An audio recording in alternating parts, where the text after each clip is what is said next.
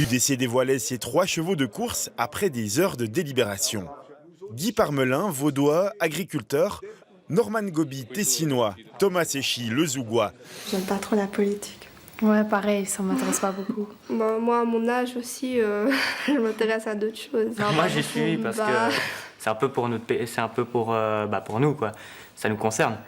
Ça aurait été mieux, vu qu'il n'y a pas forcément beaucoup de femmes déjà qui sont dans la politique, qu'au moins ils aient remplacé une femme, pas par un homme. Une femme, un homme, un jeune, un vieux, c'est le travail qu'il va faire en fait qui compte.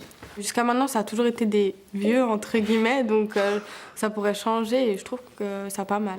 Pour moi, c'est un homme un peu fort, une calvitie, avec un costard-cravate.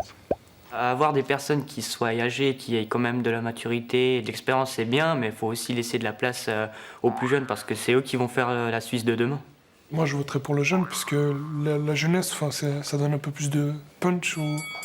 Ça peut apporter de la fraîcheur et plus il a 36 ans, donc il va rester longtemps s'il est élu. La grève a repris dans le canton de Genève. Dans la rue, la mobilisation est importante. La foule a montré sa force sur la place Neuve. Le mouvement se poursuivra. Au début, franchement, j'ai trouvé ça trop cool parce que nous, on est libérés. Mais au bout d'un moment, déjà, ça commence à durer. Après, je comprends les raisons aussi. Il y a d'autres moyens, je pense, que de faire la grève aussi souvent en une année. S'ils continuent comme ça à tout le temps faire la grève, à la fin de l'année, on va avoir beaucoup de retard et ça sera difficile de le rattraper. Je comprends leur point de vue qu'ils veulent défendre, mais ce que j'arrive pas à comprendre, c'est que malgré tout, ce sont peut-être aussi les personnes les mieux payées, ils ont les mêmes vacances que les enfants à l'école, puis qu'en fait ils rouspètent encore à cause de ça. Ils ont raison de se manifester, de faire des grèves pour montrer qu'ils vont pas se laisser marcher dessus.